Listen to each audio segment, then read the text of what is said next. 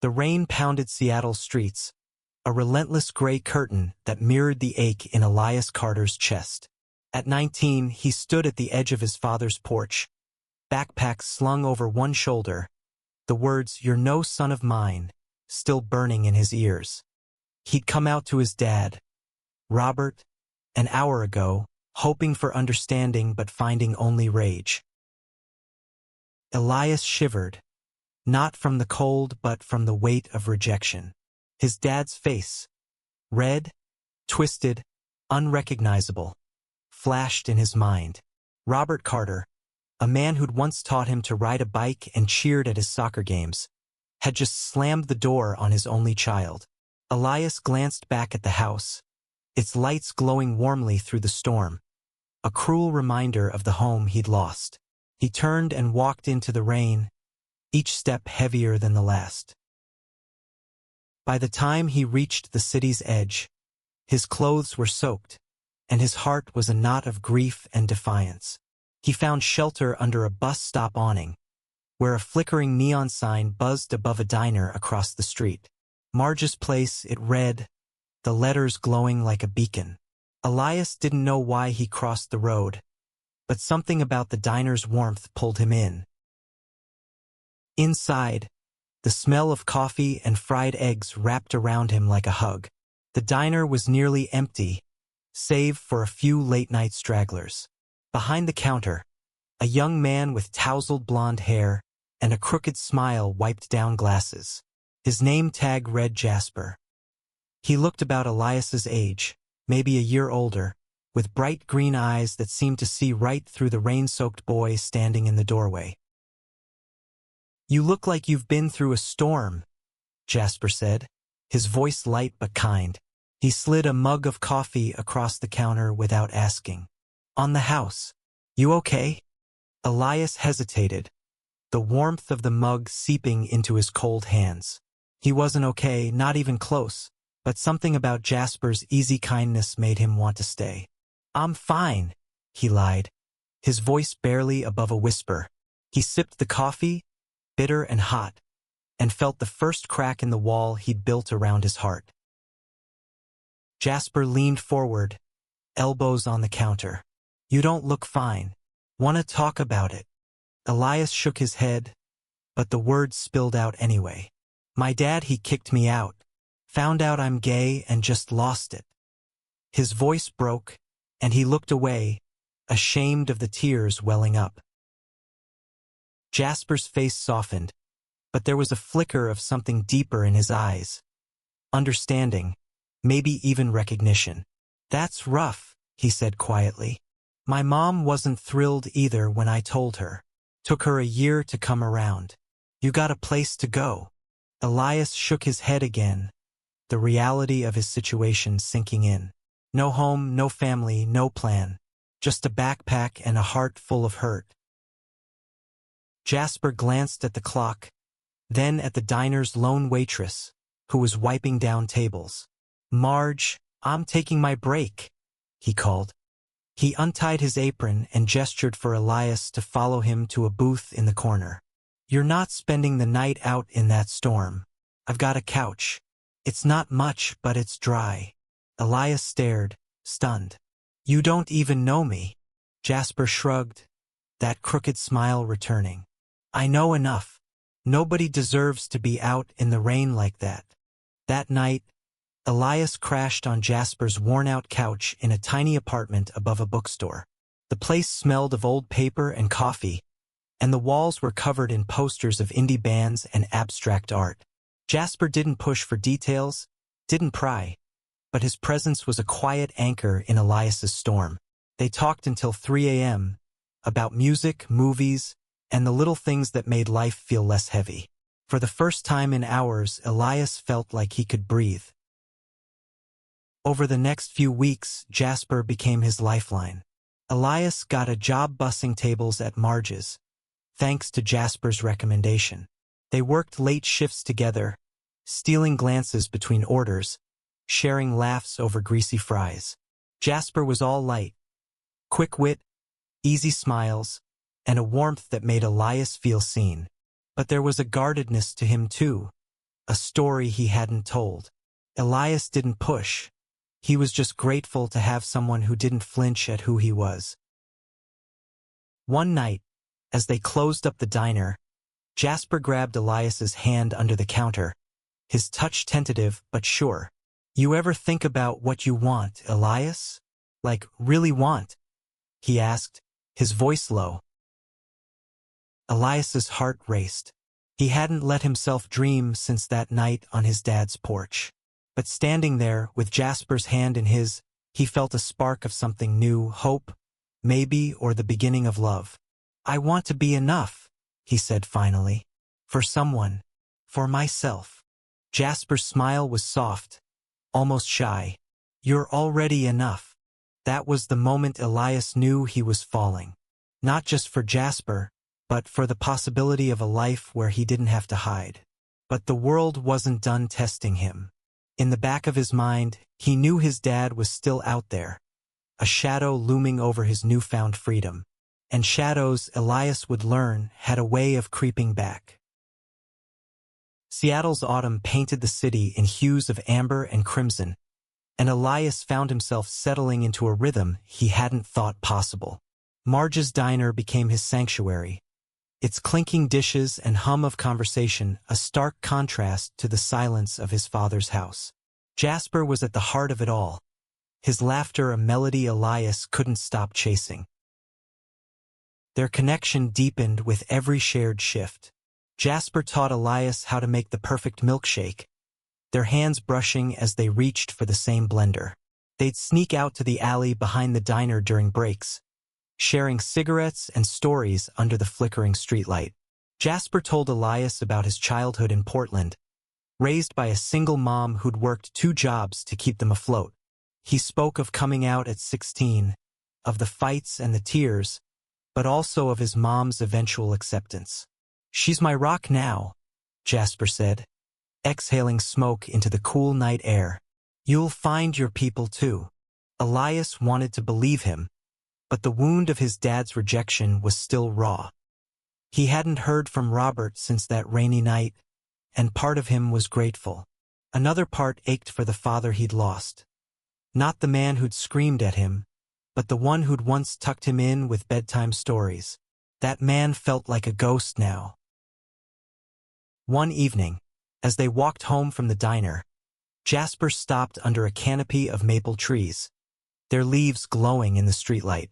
He turned to Elias, his green eyes searching. "You're carrying a lot, aren't you?" he said softly. "You don't have to do it alone." Elias's throat tightened. He wanted to spill everything. The fear, the anger, the longing for a family that didn't exist anymore. Instead, he stepped closer, closing the distance between them. Their lips met, tentative at first, then hungry, a collision of need and hope. The world fell away, leaving only the warmth of Jasper's breath, the press of his hands, the certainty that this was where Elias belonged. But the world had a way of intruding. The next day, a familiar face appeared at the diner's counter. Lila, Elias's cousin, who lived across town. She was a few years older, with a sharp wit and a knack for showing up unannounced. "Elias," she called, her voice cutting through the lunch rush. "You ghosted the whole family, kid. What's going on?" Elias froze, his hands trembling as he cleared a table. Lila didn't know about the fight with his dad, or about him being gay. He hadn't told anyone in the family, fearing they'd react the same way Robert had.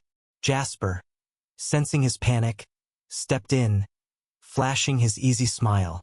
"He's been busy slinging burgers with me. I'm Jasper, by the way." Lila raised an eyebrow, her gaze flicking between them. "Okay, mystery man," she said, smirking. "But seriously, Elias, your dad's been weird lately. Keeps asking if I've seen you. What happened?" Elias's stomach churned. He wanted to tell her everything, but the words stuck in his throat.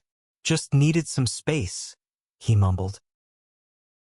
Lila didn't push, but her visit left Elias rattled. That night, he lay awake on Jasper's couch, staring at the ceiling. What did his dad want? Was he angry, regretful, or just curious? The uncertainty gnawed at him, threatening the fragile peace he'd found. Jasper, sensing his unease, started inviting Elias to meet his friends. A tight-knit group of 20-somethings who gathered at a local queer community center.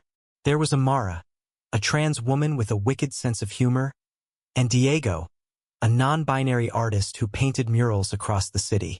They welcomed Elias with open arms, sharing stories of their own struggles and triumphs. For the first time, Elias felt like he belonged to something bigger than himself. But belonging came with risks. One night, at a poetry slam hosted by the center, Elias spotted a familiar figure in the crowd, his dad's old friend, Tom, a burly mechanic who'd always been kind to him as a kid. Tom's eyes locked onto Elias, and a flicker of recognition crossed his face. Elias's heart sank. If Tom was here, word could get back to his dad. Sure enough, 2 days later, Robert showed up at the diner. Elias was wiping down tables when the bell above the door chimed, and there he was, tall, imposing, his face a mask of barely contained anger. "We need to talk," Robert said, his voice low and tight. Jasper, behind the counter, tensed but stayed quiet, his eyes on Elias. The diner seemed to shrink, the air thick with unspoken history. Elias wanted to run, to hide, but there was nowhere to go.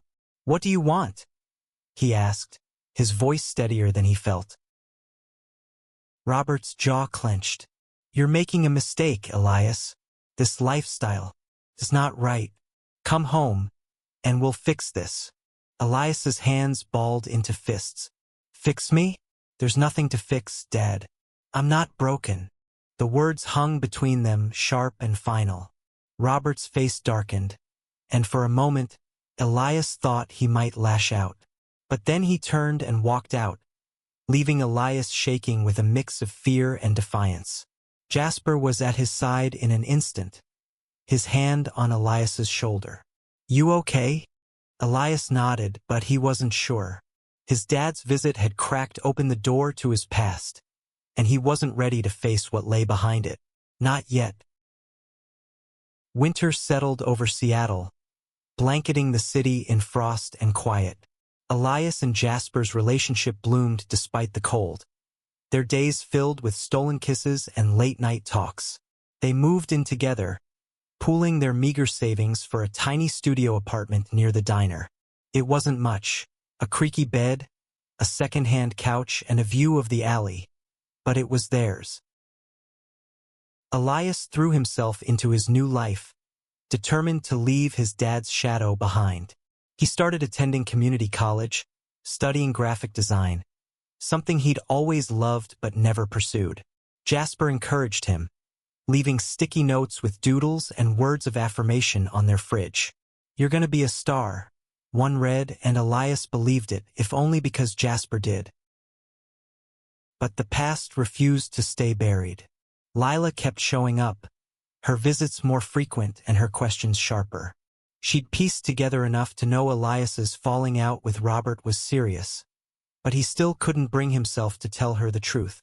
"You're different now," she said one day, sipping coffee at the diner. "Happier but guarded." "What's going on, Elias?"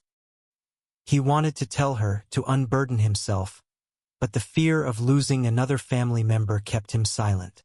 Instead, he changed the subject, asking about her new job as a nurse. Lila let it slide, but her eyes lingered, searching for answers he wasn't ready to give. Meanwhile, Jasper's own struggles surfaced. He'd been open about his mom's acceptance, but he rarely talked about his dad, who'd walked out when Jasper was a kid. One night, as they lay in bed, Jasper's voice grew quiet. "He called me a few weeks ago," he admitted, "out of the blue, said he wants to reconnect." Elias propped himself up on one elbow, studying Jasper's face. "What did you say?" "Nothing." Hung up. Jasper's jaw tightened. "He doesn't get to just waltz back in after 15 years. But it messed with my head, you know? Elias understood more than he could say. They held each other that night, two boys carrying the weight of fathers who'd failed them, finding solace in their shared wounds. Their love was a quiet rebellion, a refusal to let pain define them. But the world kept pushing. One afternoon, Elias got a call from an unknown number. He answered, expecting a telemarketer, but it was Tom, his dad's friend from the poetry slam. "Elias, your dad's in trouble," Tom said, his voice urgent. "He's been drinking a lot, shutting everyone out. I think he regrets what happened with you." Elias's heart twisted. Part of him wanted to run to his dad to fix things, but another part, the part that remembered the slam door, held firm. "He made his choice," Elias said, his voice cold. "I'm not going back." Tom sighed. "Just think about it. He's not the man he was." The call haunted Elias. He didn't tell Jasper, not wanting to burden him, but the weight of it followed him everywhere. He started noticing things. Robert's old pickup parked near the diner. A missed call from his dad's number. A letter slipped under their apartment door with no return address. It was just a single line, scrawled in Robert's handwriting. "I'm sorry." Elias didn't know what to do with the apology. He carried the letter in his pocket for days, rereading it until the paper frayed. Was it genuine or just another way to pull him back into a life where he'd have to hide? He showed it to Jasper, who read it silently, his expression unreadable. "He doesn't deserve you," Jasper said finally, handing the letter back. "But you deserve to decide what to do with this." Elias nodded, but the decision felt impossible. He loved Jasper, loved the life they were building, but the pull of his past was stronger than he'd expected. He started having nightmares. His dad's angry face, the rain-soaked porch, the sound of the door slamming. Each one left him gasping, clinging to Jasper in the dark. One night, at a community center event, Elias performed a poem he'd written about his dad's rejection. The words poured out, raw and unfiltered, and the room fell silent. When he finished, Jasper was the first to stand, clapping with tears in his eyes. The crowd followed, their applause a wave of validation. For the first time, Elias felt like his pain had a purpose, like it could be a bridge to others. But as he stepped off the stage, he saw a figure at the back of the room. Robert, his eyes red, his hands clasped tightly. Their gazes locked, and Elias's heart stopped. His dad hadn't come to fight. He'd come to listen. Elias froze, the applause fading into a dull roar in his ears. His dad stood at the back of the community center, a shadow against the warm glow of the room. Robert's shoulders were slumped, his face etched with something Elias hadn't seen before. Regret, maybe, or shame. For a moment, Elias wanted to run to him, to demand answers, but his feet stayed rooted to the floor. Jasper was at his side in an instant, his hand brushing Elias's. "You don't have to do this now," he whispered. "Or ever." Elias nodded, but his eyes stayed on his dad. Robert didn't approach, didn't speak. He just stood there watching until the crowd began to disperse. Then he turned and left, disappearing into the night. Elias's chest ached with a mix of relief and frustration. What did his dad want? Why was he here, lurking like a ghost? The next few weeks were a blur of tension. Elias threw himself into his studies and his shifts at the diner, trying to outrun the questions swirling in his mind.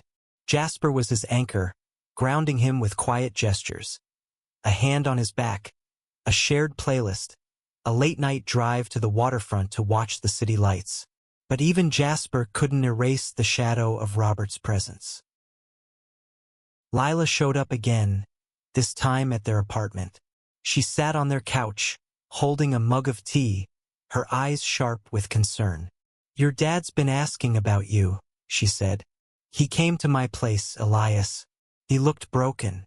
Said he messed up, big time." Elias's jaw tightened.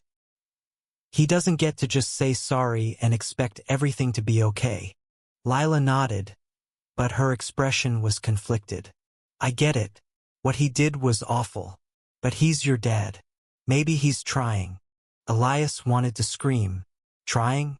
His dad hadn't tried when Elias stood on that porch, begging for understanding. He hadn't tried when he'd screamed those hateful words. But the letter, the poetry slam, the way Robert had looked at him. It all gnawed at Elias, planting seeds of doubt. What if his dad was changing? Jasper, sensing the storm brewing in Elias, suggested they take a weekend trip to the coast. They drove to Cannon Beach, where the ocean roared and the wind carried the salt of the sea. They walked along the shore, hand in hand, the cold biting at their fingers.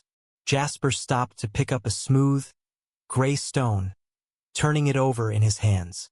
My mom used to say the ocean wears everything down, even the hardest things, he said.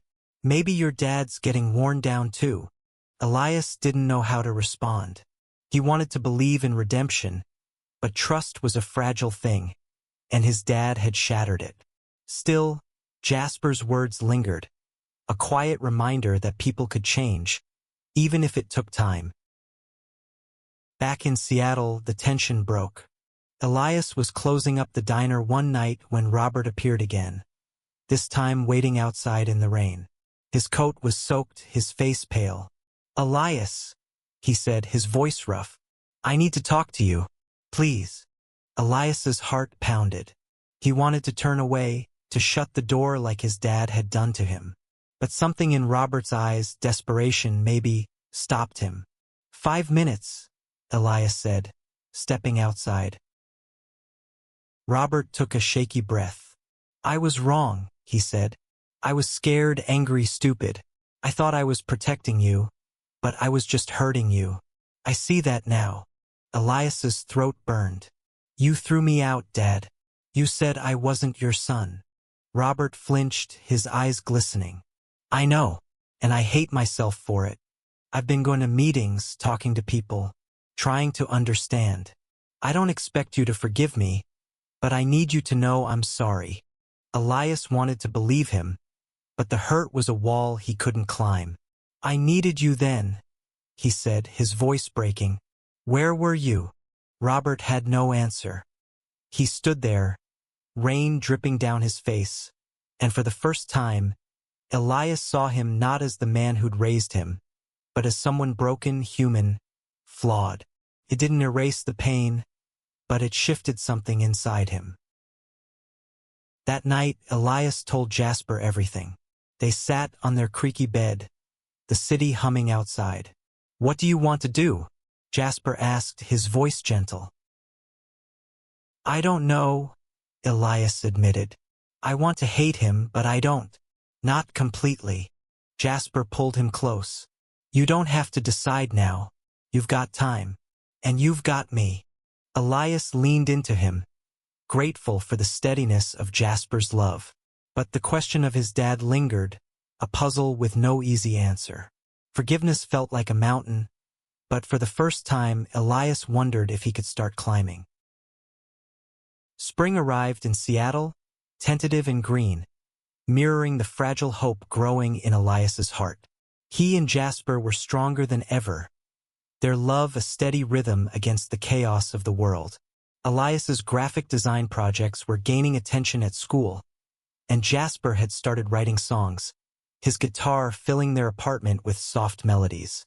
But Robert's shadow still loomed, a quiet presence Elias couldn't ignore. He hadn't seen his dad since that rainy night outside the diner, but Robert's apology echoed in his mind. Elias carried the letter everywhere, its words both a wound and a lifeline. He wanted to move forward, to build a life with Jasper free of the past, but he couldn't shake the need for closure.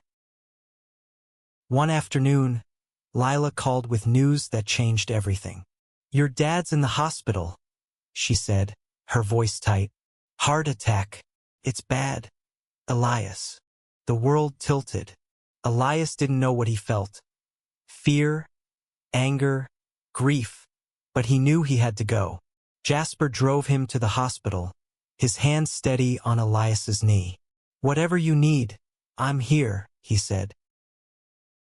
At the hospital, Elias found Robert in a sterile room, tubes snaking from his arms, his face pale but alive. Lila was there, her eyes red from crying. Robert looked up as Elias entered, and for a moment, neither spoke. Then Robert reached out, his hand trembling. "Elias," he whispered. "I didn't think you'd come." Elias's chest tightened. He wanted to stay angry, to hold on to the hurt, but seeing his dad like this, so small, so human, cracked something open. "I almost didn't," he said, his voice low. Robert's eyes filled with tears. "I don't deserve you here. I know that. But I need to say it again. I'm sorry. For everything. I was wrong. And I've spent every day since wishing I could take it back." Elias's throat burned. He thought of the porch, the rain, the years of silence. He thought of Jasper, of the love that had carried him through. "I don't know if I can forgive you," he said finally. "But I'm here. That's something." Robert nodded, tears spilling down his cheeks. "It's more than I deserve." Over the next few weeks, Elias visited the hospital, each trip a step toward something he couldn't name. They talked, awkwardly at first, then with more honesty. Robert shared his own struggles, his fear of losing the only family he had left, his slow journey to understanding. Elias shared his life with Jasper, his art, his dreams. It wasn't forgiveness, not yet, but it was a start. One evening, as Robert recovered at home, he invited Elias and Jasper over. It was strange, sitting in the house that had once been his prison, now just a place with faded wallpaper and too many memories. Robert was different, quieter, humbler. He asked Jasper about his music, listened to Elias talk about school. At the end of the night, Robert pulled Elias aside. "I'm proud of you," he said, his voice breaking. "I know I don't have the right to say that, but I am." Elias didn't respond, but he felt the words settle in his chest, heavy and warm. When he and Jasper left, hand in hand, Elias felt lighter than he had in years. The road to forgiveness was long, but he was walking it, one step at a time. Back at their apartment, Jasper pulled Elias into a hug, his lips brushing Elias's forehead. "You're incredible, you know that?" he said. Elias smiled, his heart full. He'd lost a home, a father, a piece of himself. But he'd found Jasper, found a community, found a strength he didn't know he had. And in the end, he'd found a way to face his dad. Not with anger, but with the courage to be himself, unapologetically. The future was uncertain, but for the first time, Elias wasn't afraid. He had Jasper, his art, his chosen family. And maybe, just maybe, he had a father who was learning to love him again. That was enough.